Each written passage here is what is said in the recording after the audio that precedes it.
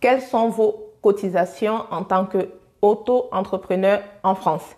À quoi est-ce qu'elles servent, vos cotisations, et est-ce qu'elles sont essentielles pour vous?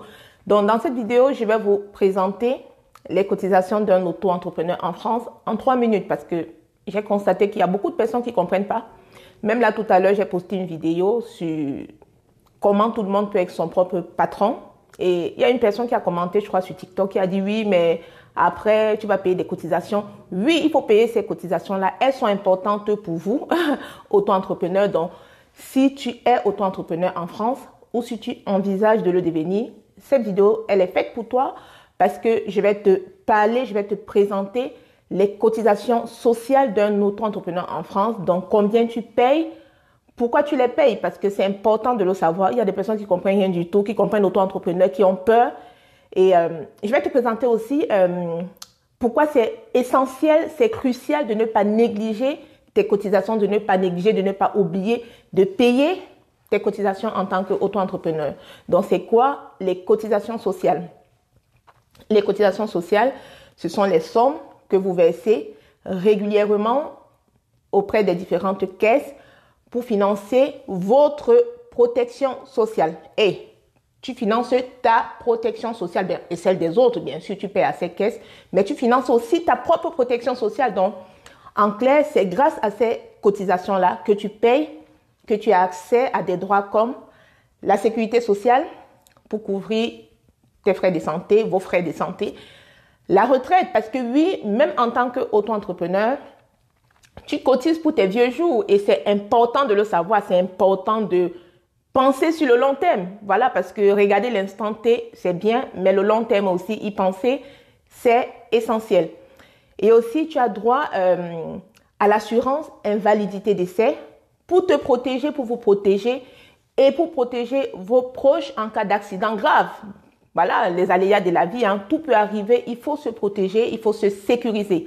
Alors, en tant qu'auto-entrepreneur en France, parce que je pense que c'est un statut qui est propre à la France, je ne sais pas si ça existe dans d'autres pays, donc en tant qu'auto-entrepreneur, qu'est-ce que tu payes comme cotisation?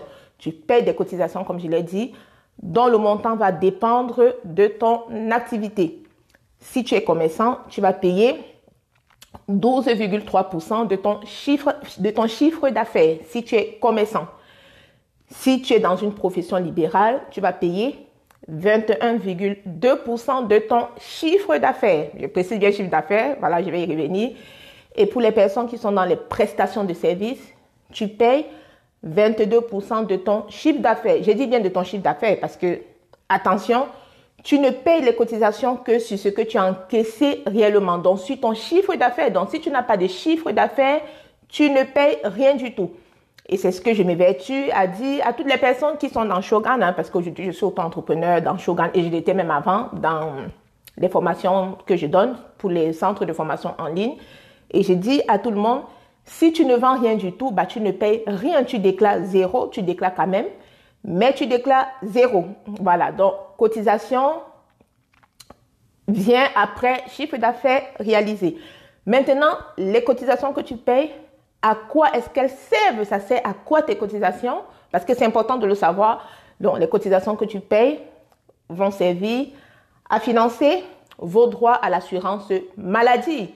L'assurance maladie, c'est quoi? Le médecin, l'hospitalisation, la pharmacie, etc., etc. C'est ça l'assurance maladie. Tes cotisations vont servir à financer ta retraite, votre retraite, pour toucher un revenu une fois la retraite. Parce que j'ai dit, c'est important de penser sur le long terme.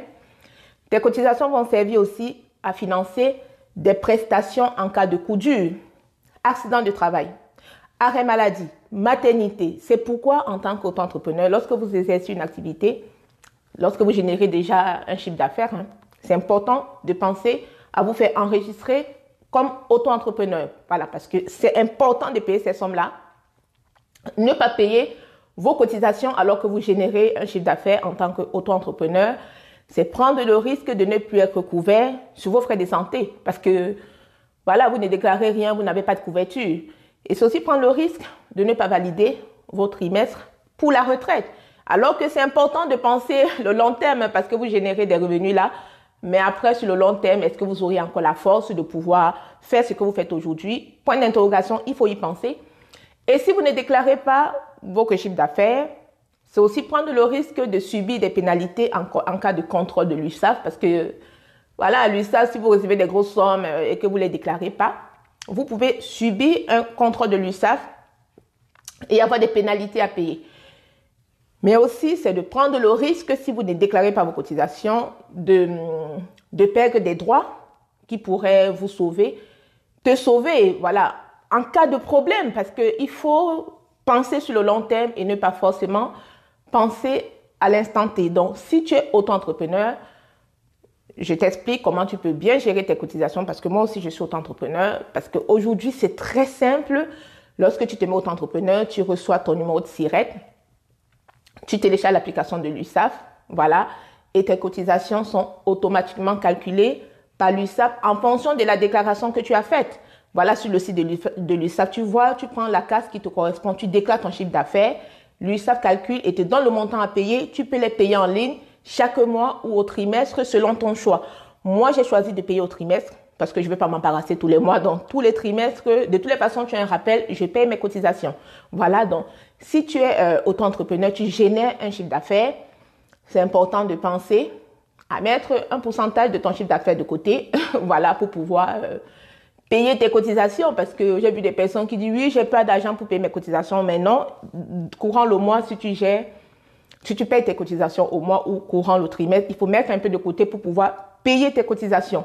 Donc, pour conclure cette vidéo, retenez qu'il faut payer vos cotisations. Il faut payer tes cotisations en tant qu'auto-entrepreneur pour assurer ton avenir et profiter d'une protection sociale solide. Voilà. Donc, j'ai tenu à faire cette vidéo-ci. Donc, prenez ces conseils au sérieux et mettez-les en application comme des pros. Parce que de toutes les façons, tu es auto-entrepreneur, tu n'es pas un amateur, tu es un pro. Donc, si cette vidéo vous a aidé, si cette vidéo t'a aidé, n'hésite pas à la liker. Surtout à t'abonner pour plus de conseils dans la vie d'un auto-entrepreneur parce que je suis aussi auto-entrepreneur en plus d'être salarié. Ciao!